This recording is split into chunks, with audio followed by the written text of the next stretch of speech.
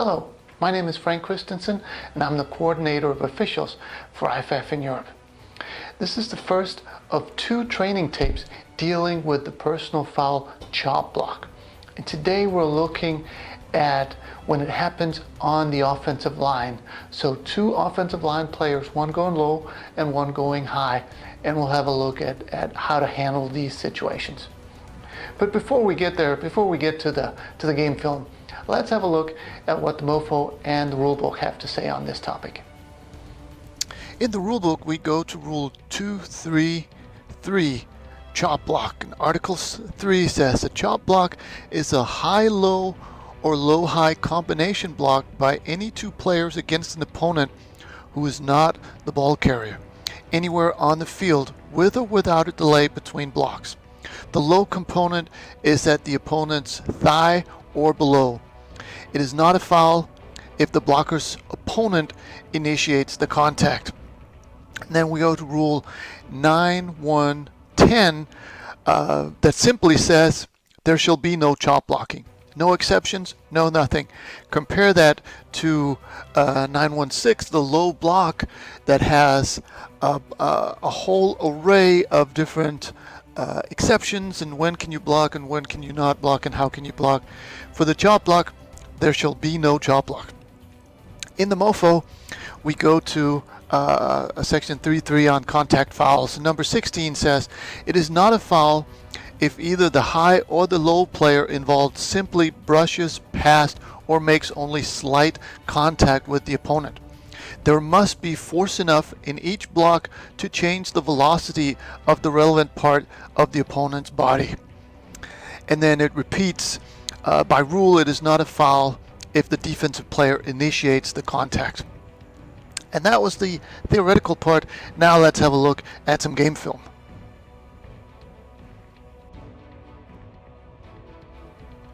Here we'll see the guard initiate high and then the center comes in low, and this is a classic chop block and a very dangerous block, well called by the umpire, and that is really where we would want him to be looking. Anytime the center is involved, chances are the umpire should be involved, so this is a good call.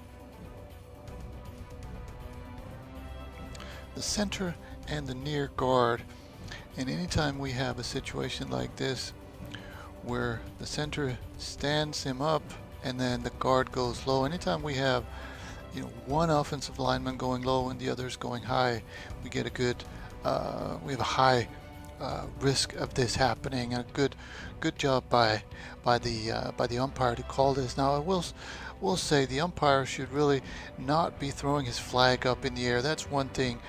Throw it overhand to the spot, and then the other thing is standing there looking at how beautiful the flag is.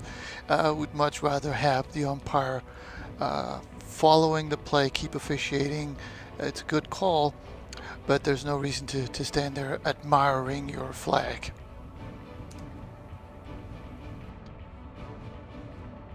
Here we're looking at the center and the right guard, 57, and they're going to engage the blitzing linebacker there.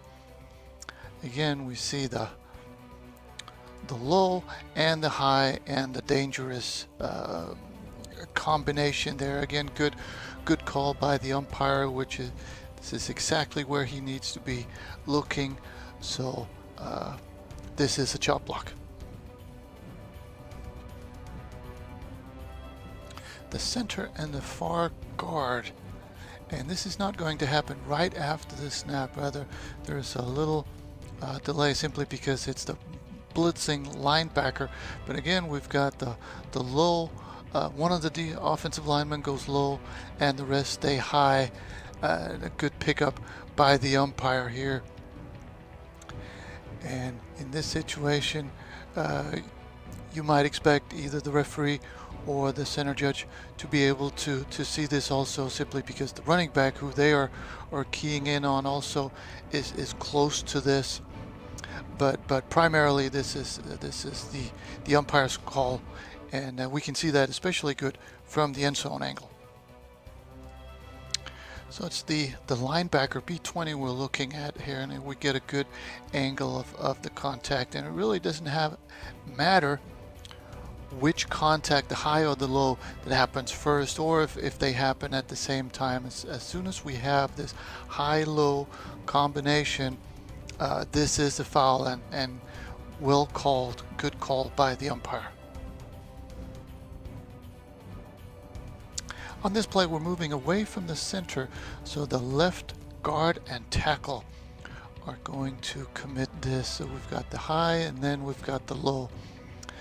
So this is going to be much more difficult to catch as an umpire.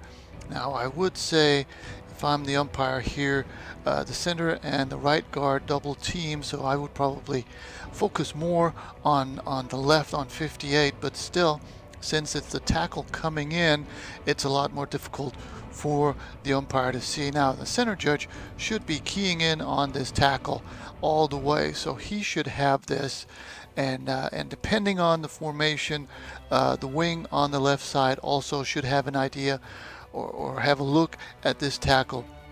But for the wing, it could be difficult to see just how much contact there is from the guard, because it looks like he's trying to get rid of this guy, A58, and he's looking to the linebacker level like he wants to get up there. But this is not a brush. We'll see a brush in the next clip, but this is not it. So this is still good contact, both high and low. But for the wing, it can be difficult to see just exactly how much high contact there is. But for the center judge here, this is his call. We wouldn't want or expect the referee to see this because it's on the other side of the ball, but the center judge should call this. We're now moving on to plays where there isn't enough for a chop block call, and the first one we're looking at the center, and this is what we call a brush.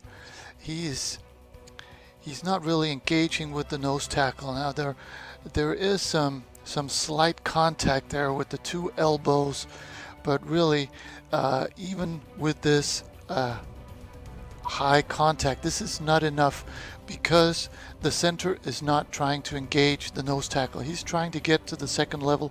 He's just brushing off the nose tackle, getting to the second level. So this is not enough for a chop block. On this play, the left tackle, A73, really illustrates how a block needs to be intentional. Here, he pretty much just lies down and supplies what would be the low component of the chop block. So we do have, the white jersey, the Japanese player is being contacted high and low. But since the Mexican A73 is just lying there, that is not a block. So this is not a chop block. In this play, there really just isn't enough high contact by the center. You'll see the left guard makes solid low contact right there legally, and then A50 makes contact high with an arm, but there's really no danger zone here.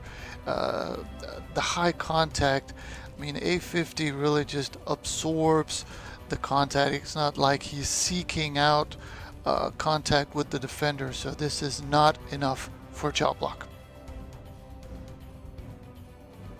Here's a similar situation. You'll notice the guard goes low, and then the center goes low, and the guard really just absorbs contact. He doesn't go out and initiate any serious contact.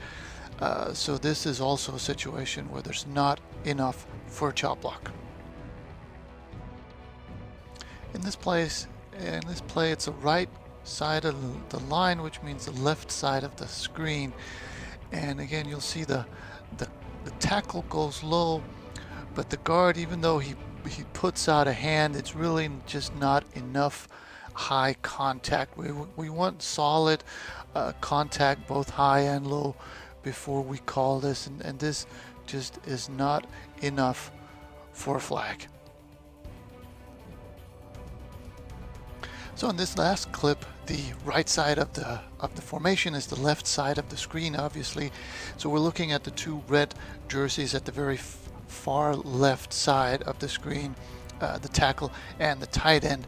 And you'll notice how the tight end tries to go high, but really fails because the tackle goes low so quickly. So even though he tries to initiate contact, there is really no good contact to defend a flag for a chop block here, where we do want both the high and the low contact to be substantial, and that is not the case in this situation. That was the training tape. I hope you found something you can use on the field.